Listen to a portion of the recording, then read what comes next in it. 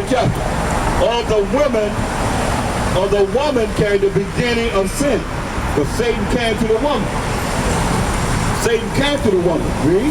And through her we all die. And through the woman we all die. Through the woman we all die. As we just read in Genesis 3rd chapter. Read. Give the water no passage, neither a wicked woman liberty to guide abroad. Right. Give the water no passage. No a wicked woman a way to guide abroad, just go around and do whatever she wanted to do. But she must be in order with the man. That's what the Most High just told Eve. Her desire shall be to her man, and he shall rule over her. Read. And if she go, not ask thou what is her. He said, if your woman don't want to go and be like you want her to be, read. Cut her off. What did Most High say? Cut her off. He said, cut her off, read. From thy flesh. From your flesh, read. And give her a bill of divorce. Give her a bill of divorce. You gotta watch out. Deuteronomy 24:1. You gotta watch out when you give her a bill of divorce, because you gotta look at, you gotta make sure that's what you really want to do. You'll see it back in the day, because the hardening of our heart is why the bill of divorce was given. And read this. Deuteronomy chapter 24, verse 1. Right. When a man had taken a wife and married her, and it come to pass that she find no favor in him, that he find no favor in, and it come to, when a man had taken a wife, the man have taken a wife, read, and married her, a man marrying a woman, read, and it come to pass that she find no favor in his eyes, she find no favor in his eyes. He don't like it no more. Fuck to the deal, read, because he has found some uncleanness in her, because of uncleanness, because she is unclean and not following the laws of the Most High. But what she's supposed to be doing as a woman, following the laws of the Most High, as he followed the laws of the Most High. We're talking about the wicked man. That's right. We're talking about a righteous man. And a woman is doing something that's contrary to the laws of the Most High. That's unclean. Read. Then let him write her a bill of divorcement. Let him write her a bill of divorce. Read. And give it in her hand. Give it in her hand, read. And send her out of his house. And send her out of his house. Read. And when she is departed out of his house. And when she leaves his house, read. She may go and be another man's wife. Once he gave her. But women today, almost all like, you know what, it was gone. They getting a divorce. But back in the day, women wasn't giving no divorce. They wasn't getting no divorce from the man. They weren't able to do that. But now, I don't like you no more. I'm out. You get with another man. Now she committing adultery. Because the man didn't give her a bill of divorce. Might have just want to be separated for a little while. If she done went out and got there with another man, now she committing adultery. Read. And if the latter husband hate her, the latter husband that she went out and married, because he did give her a bill of divorce in her hand, read, and write her a bill of divorce. So the next man that she get with, write her a bill of divorce, read, and give it in her hand. Give it to her in her hand, read, and send her out of his house. Send her out of his house. Come on. For if the latter husband died, which took her to be his wife, even if the next husband that she got with, the next man that she got with died and took, that took her to be his wife, read. Her former husband, which sent her away, the first husband that sent her out of his house, read. May not take her again to be his wife. Oh no, people always go back. People always be going back. God said, that's the law though. You're supposed to be going back to the one that you got a divorce from. Read. After that, she is defiled. After that, she is defiled. So how is it that woman can go from man to man to man to man to man to man to man to man to man to man to man and think she ain't defiled? But they got all these spirits because the man is putting his life form in the woman. She receives the life form of a man. This man, that man, whatever man she been with, she receiving that life form of that man. Taking on that spirit of the man, that's how they become one. So this woman is she has a lot of spirits of being one with all these different men. Okay? That's wrong. That's why the Most High call y'all a bunch of whores. Because you just step around with it. You gotta understand it's bad enough that the nations had us in captivity. Every nation had us in captivity, and the women were just passed around. They were called spoils. They did anything that you could think of and can't think of to our women and our children and our men too of our nation. But you know, you can look at that movie 12 Years of Slavery. They showed how they did women. That's one of the movies I guess they showing how they did women. You know? You need to see that. Especially women. Women need to look at that and really look at it maybe over and over again to see where you came from. And now here you got a chance to run around the plantation, the big plantation of America, and the white man rule. Like I said, women rule over us. We let you go around and do the things you do. And you don't really look at the brother that's really trying to be there to build himself up, to get ready for the kingdom that you can come into as a virtuous woman. But where the virtuous woman? Who can find a virtuous woman? I was thinking that with a question mark. Women say, I'm virtuous, yeah, right. In what way? But there are some out here though. There are some that are virtuous. Believe that. So what you gonna do when this happens? Brothers, you ready for this? Get Isaiah 4:1. What you gonna do when this comes? Read this. Isaiah chapter 4, verse 1. So brother be trying to say this is gonna happen in the kingdom. Let's read it.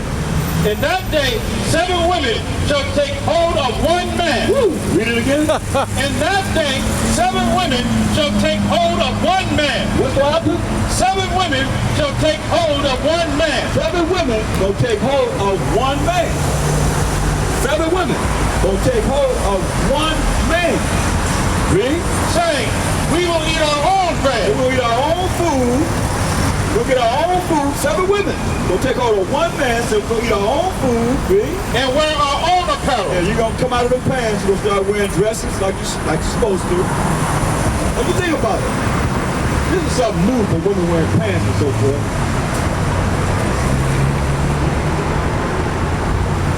This is something new. Because you look at any old pictures, you see women, they have dresses on.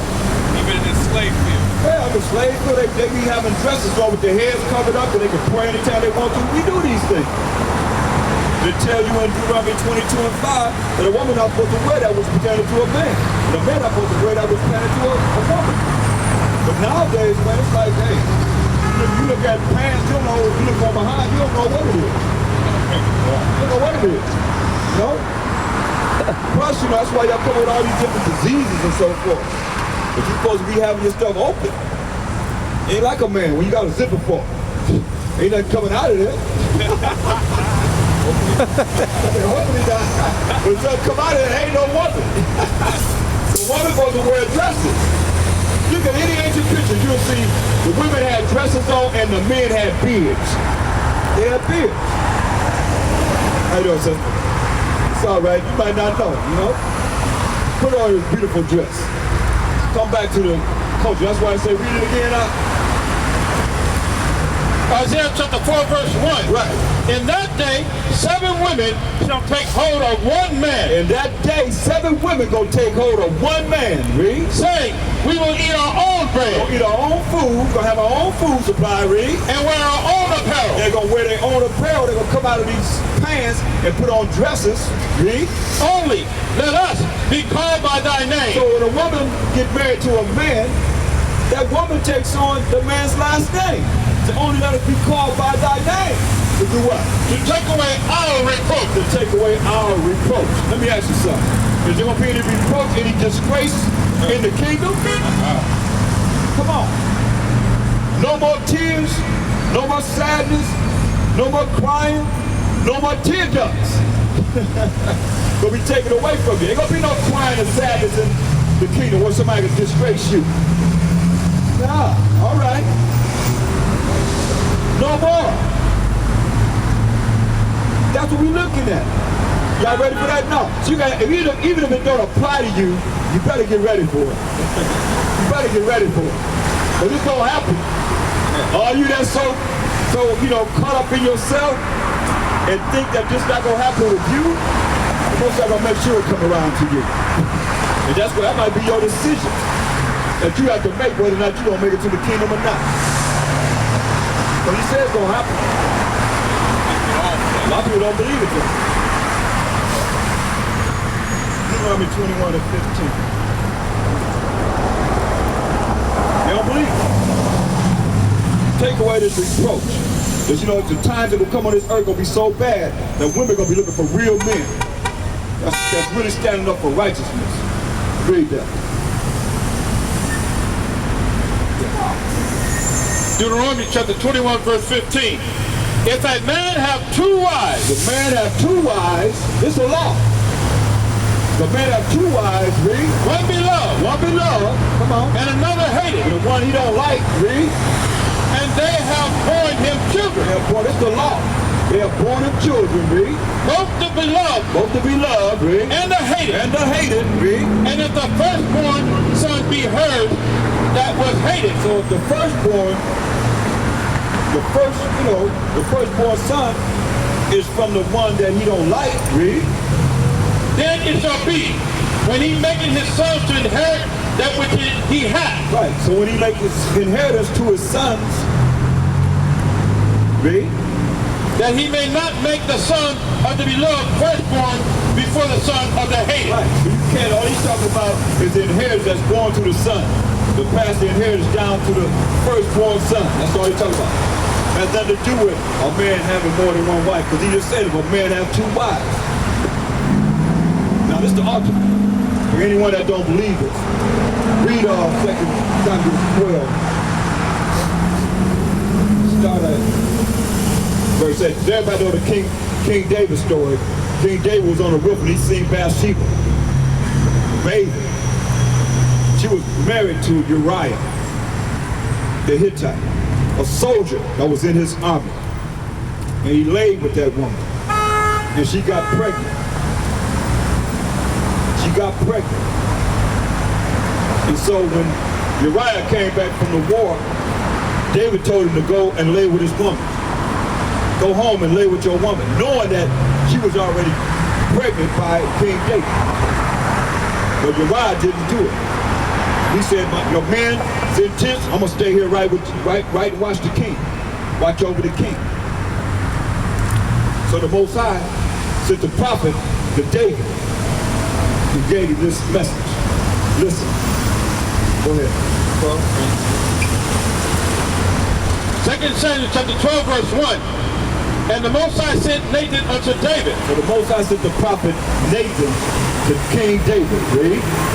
And he came unto him and said unto him, there were two men in one city. So now he's giving him a scenario. There were two men in a city. Read. The one rich and the other poor. One rich and the other poor. Read. The rich man had exceeding many flock and herds. So now, the rich man had exceeding many flock and herds. He's talking about women. You understand what he's talking about? Because King David had women that he had married in Hebron. He had wives that he had in Jerusalem. Read. But the poor man had nothing save one little ewe lamb. But the poor man, to give you an understanding, Uriah only had this one little lamb. Read. Which he brought up, which he had bought and nursed up. And it grew up together with him. It grew up together with him. Bathsheba and Uriah. Read. And with his children, it did eat of his own meat and drank of his own cup and lay in his bosom and was unto him as a daughter. Right. He loved her just like a daughter. Read. And there came a traveler unto the rich man. Came a traveler unto the rich man. Read.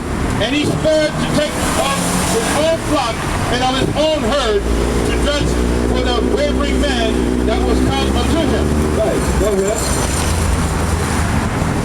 But took the poor man's lamb and dressed it for the man that was come to him. But took the poor man's lamb and dressed it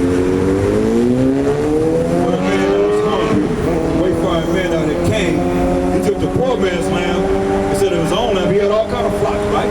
But he took the poor man's lamb, one little lamb that he had, and dressed it for the wayfaring man. Read. And David's anger was greatly kindled But against David the got man. angry against the man. Here in the story, he got angry about this. Read. And he said to Nathan, He said to Nathan what? as the Most High liveth, the man that hath done this thing shall surely die. The man that have done this thing shall surely die. Not knowing that Nathan's going to say, you the man, but read. And he shall restore the lamb fourfold. There you go, restore the lamb fourfold. He's talking stuff. He's angry. Who did this? Not knowing that it's talking about him, read. Because he did this thing. Because he did this thing. Come on. And because he had no pity. Because he had no pity. Just one little ewe, one little lamb. That's all the man had. Read. And Nathan said to David, thou art the man. And David told David, Thou art the man. David, you are the man. You're